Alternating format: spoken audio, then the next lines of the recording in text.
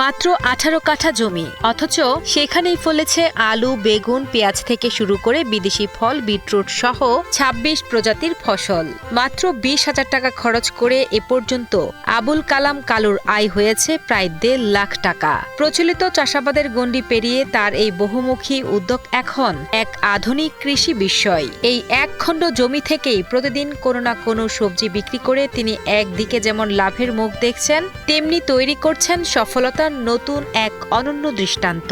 গত বছর ছিল ১৮ রকমের আবাদ, এইবার আছে ২৬ রকমের। তো এই আবাদ বেশি বা সংসারে খরচ, নিজের সংসারে খাওয়া দাওয়া, তাতে অনেক ভালো। মেহেরপুরের গাংনী উপজেলার হারিয়াদহ গ্রামের বাসিন্দা কৃষক আবুল কালাম কালু। নিজের জমি নেই, তাই ১৮ কাঠা জমি লিজ নিয়ে শুরু করেন এই ব্যতিক্রমী চাষাবাদ। আগে একটিমাত্র ফসল আবাদ করে লোকসানে পড়লে সমাধান হিসেবে তিনি বেছে নেন দেশীয় ও ১২ মাসি নানা জাতের সবজি চাষ।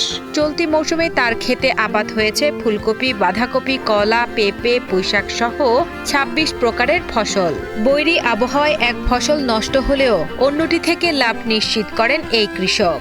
জমি আমি সেভাবে নিতে পারিনি, এই জমিটা আজ ২ বছর নিয়েছি। ১৮ কাঠা জমিতে ২৬ রকমের আবাদ। এই আবাদটা দেখে অনেকে আমার কাছে পরামর্শ চাই, আমি অনেককে পরামর্শ দিই। আবুল কালামের এই সাফল্যের ছায়াসঙ্গী হয়ে নিরলস কাজ করছেন তার স্ত্রী।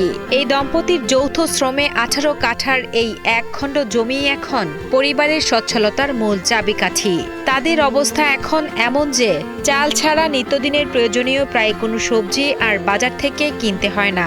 কালুর এই বৈচিত্র্যময় ও বিষমুক্ত সবজি ক্ষেত দেখে যেমন অবাক হচ্ছেন স্থানীয়রা, তেমনি এটি এখন এলাকার অন্য চাষিদের কাছে নিরাপদ খাদ্য উৎপাদনের এক অনন্য অনুপ্রেরণা। আমার কিলা লাগে খালি মুদিখানার দোকানে তেল, জিরে এই কোনা কিনা লাগে, তাছাড়া কোনো সবজি কিনা না। ১৮ কাঠা জমিতে যে এইভাবে বিভিন্ন রকম ফসল আবাদ করতেছে, এইটা আবাদ করে উনি নিজের আর্থিক চাহিদা পূরণ করতেছে, নিজের পারিবারিক করতেছে, পাশাপাশি উনি বিভিন্ন মানুষকে উদ্বুদ্ধ করছে। আমরা এটা থেকে অনেক উদ্বুদ্ধ হচ্ছে। মেহেরপুর কৃষি সম্প্রসারণ অধিদপ্তরের উপপরিচালক সঞ্জীব মৃধা জানান, ক্ষুদ্র ও প্রান্তিক কৃষকদের জন্য আবুল কালামের এই বহুমুখী চাষাবাদ পদ্ধতি একটি অনুকরণীয় মডেল। এই সফল মডেল সারা জেলায় ছড়িয়ে দিতে পারলে পারিবারিক পুষ্টি নিরাপত্তা যেমন নিশ্চিত হবে, তেমনি আরও মজবুত হবে কৃষকের অর্থনৈতিক ভিত্তি। আবুল কালামের মতো যারা ক্ষুদ্র প্রান্তিক চাষি আছে, তাদেরকে আমরা মূলত বসতবাড়িতে যে সবজি এই বাগানগুলো করার জন্য উদ্বুদ্ধ করছি, যাতে তারা তাদের প্রয়োজন মিটিয়ে, পারিবারিক প্রয়োজন মিটিয়ে সেখান থেকে যে বাড়তি আয় সেটা থেকে যাতে পরিবারে যাতে ভরণ পোষণ চালন করতে পারে। এবং এ বিষয়ে আমাদের কিছু বসতবাড়ির আঙিনায় সবজি বাগান প্রদর্শনী কার্যক্রম চলমান আছে।